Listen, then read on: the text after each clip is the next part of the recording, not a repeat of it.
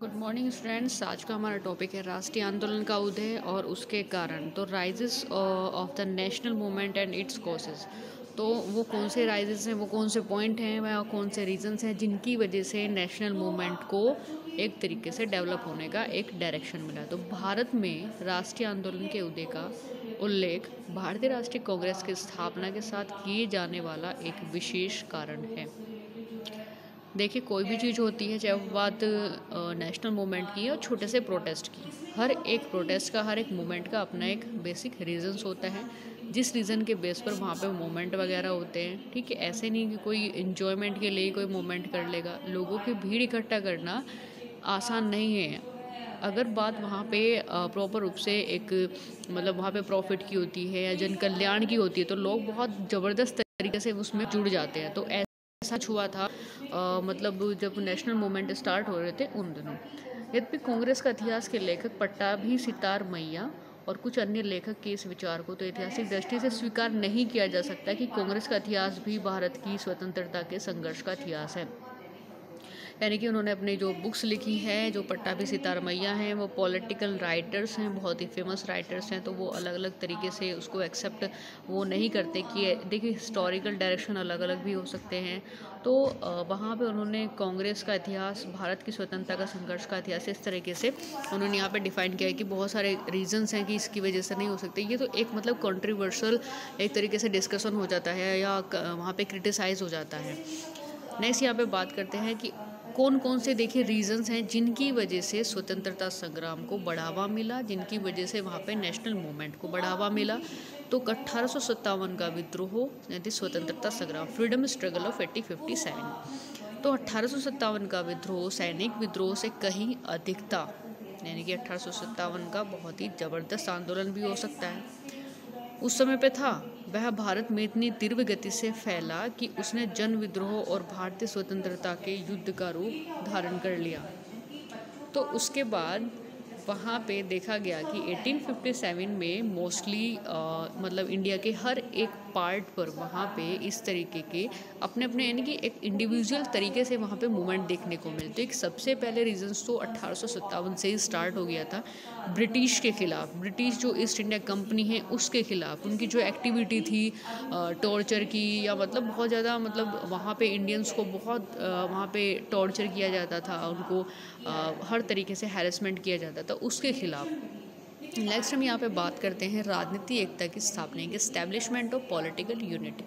तो ब्रिटिश शासन राजनीति एकता का अभाव था, और ब्रिटिश शासन से पहले राजनीति का क्या, हर जगह आपको एकता का अभाव मिलेगा, यूनिटी ही नहीं मिलती है लोगों में। और आज भी बहुत सारी चीज़ों में हम लोग देखते हैं कि वहाँ पे यूनिटी बहुत ज़्यादा कम होती है। तो उन दौरान क्या था, एक मजबूरी थी उन्हें यूनिट बना करके काम।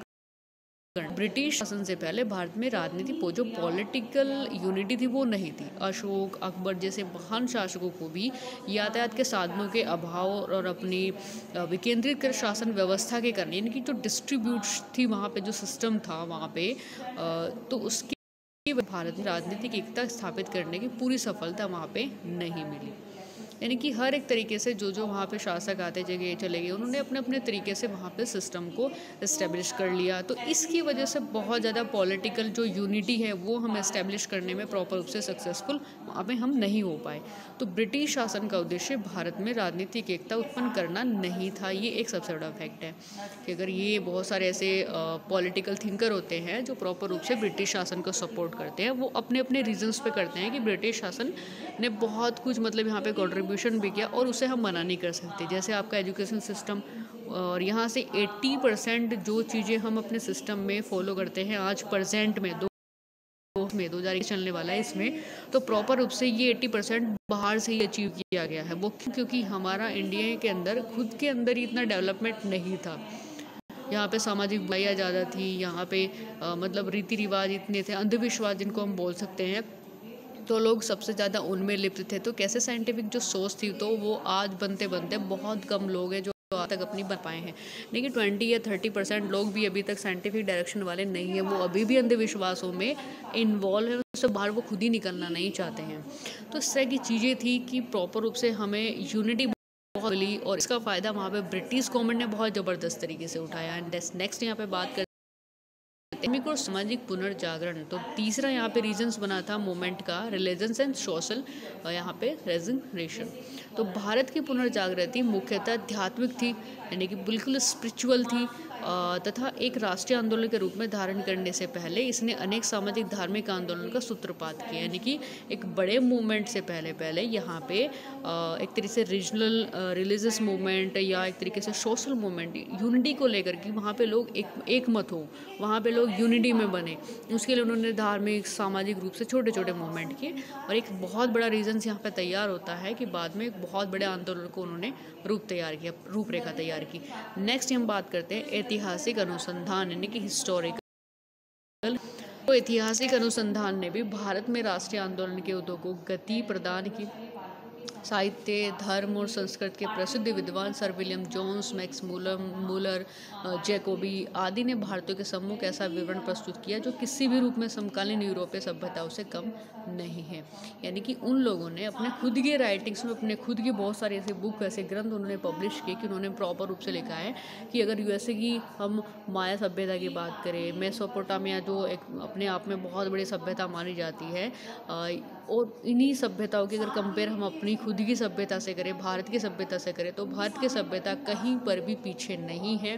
भारत की सभ्यता अपने आप में एक बहुत बड़ी मतलब सभ्यता मानी जाती है, बहुत बड़ा मतलब एक तरीके से हम उसको पीछे कहीं पर भी नहीं मान सकते। वहाँ पे इतने हिस्टोरिकल रिसर्च होते रहते हैं कि हर सभ्यता में इतनी रिसर्च सामने नहीं आते जितना इंडिया लेवल पर होते हैं। तो यहाँ पर भी हम देखते हैं कि ये भी एक बहुत बड़ा रीज़न था इतने ऐतिहासिक अनुसंधान का। जब हिस्टोरिकल रिसर्च हुए तो लोगों को लगा कि हम जिसको बड़ा मानते थे, यानी कि जब ब्रिटिश का एम्पायर था यहाँ पे इस्टेब्लिश था, तो वो लोग मानते थे कि ब्रिटिश सबसे ज़्यादा पावरफुल है, इनका कल्चर, इनका ये सब डेवलप है। लेकिन जैसे जैसे वहाँ पे हिस्टोरिकल रिसर्च होते रहे, लोग अवेयर होते चले गए। अवेयरनेस से क्या आई, जहाँ पे टॉर्चर या एक तरीके से उनको बेवकूफ़ बनाया जा रहा था सभ्यता के नाम पे, कैसे भी करके उन लोगों ने उसका सामना करना स्टार्ट कर दिया, और इसी एक बड़े मूवमेंट को भी उन्होंने वहाँ पे अपना कंट्रीब्यूशन दिया। तो यहाँ पे हम देख सकते हैं कि ऐतिहासिक अनुसंधान ने अपना यहाँ पे प्रॉपर रूप से कंट्रीब्यूशन दिया। फिर धार्मिक और सामाजिक पुनर्जागरण यहाँ पे ज़बरदस्त तरीके से, पुनर्जागरण का मतलब जो लोग पहले धर्म में और अपनी जो सोशल लाइफ थी उसमें इतने ज़्यादा मतलब डीप इन्वॉल्व थे, वहाँ पे कुछ भी अंधविश्वास हो रहा था प्रॉपर रूप से, मैंने कि बहुत ज़्यादा कुरीतियाँ थी तो उनको फॉलो करने में थे, तो वो सब चीज़ों का उन्मूलन वहाँ पे स्टार्ट हुआ। तो प्रॉपर रूप से एक पुनर्जागरण, एक रेनेसा, एक न्यू लाइफ को उन्होंने यहाँ पे स्टार्ट किया, जिसमें बहुत ज़्यादा अवेयर हो चुके थे।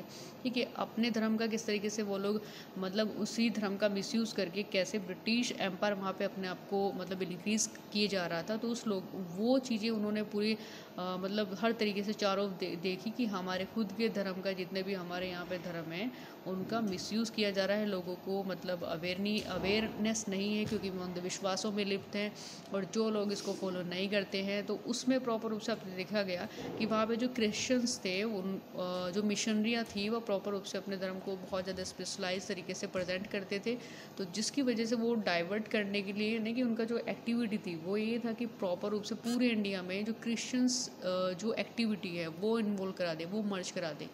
तो वहाँ पे लोगों में अवेयरनेस जागी। अवेयरनेस की वजह से वहाँ पे धार्मिक और सामाजिक पुनर्जागरण, सामाजिक का मतलब क्या होता है, समाज से जितनी भी बुराइयाँ थी, दास प्रथा, सती प्रथा, विधवा विवाह को समर्थन, और भी बहुत सारे जैसे एजुकेशंस को वहाँ पे बढ़ावा मिला, शिक्षा को बढ़ावा मिला, और वहाँ पे जो वुमेन कंडीशंस थी उसको सही तरीके से वहाँ पे बढ़ावा मिला कि इनकी कंडीशंस बेहतर होनी चाहिए। तो इस तरह की चीज़ों का वहाँ पे पुनर्जागरण हुआ, यानी कि रिव्यू हुआ, तो दोबारा से एक बढ़िया जो सोसाइटी थी वो निकल कर के आई, जिन्होंने प्रॉपर रूप से वहाँ पर जो ब्रिटिश जो वहाँ पे सिटीजन्स थे, जो ब्रिटिश एम्पायर था, उनके खिलाफ एक बड़ा मूवमेंट वहाँ पे तैयार किया।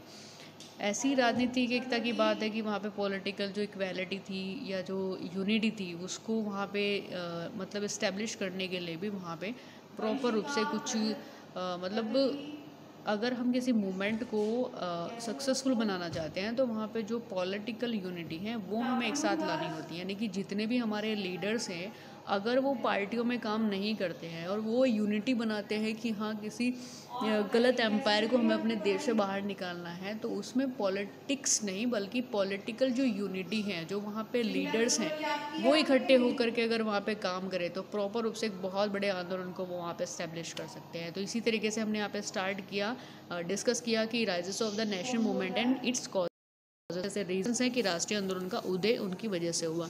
एंड नेक्स्ट और भी सारे कंसेप्ट है वो हम नेक्स्ट वीडियो में डिस्कस करेंगे। Thank you. क्या बोल रहे हो आप प्रगति?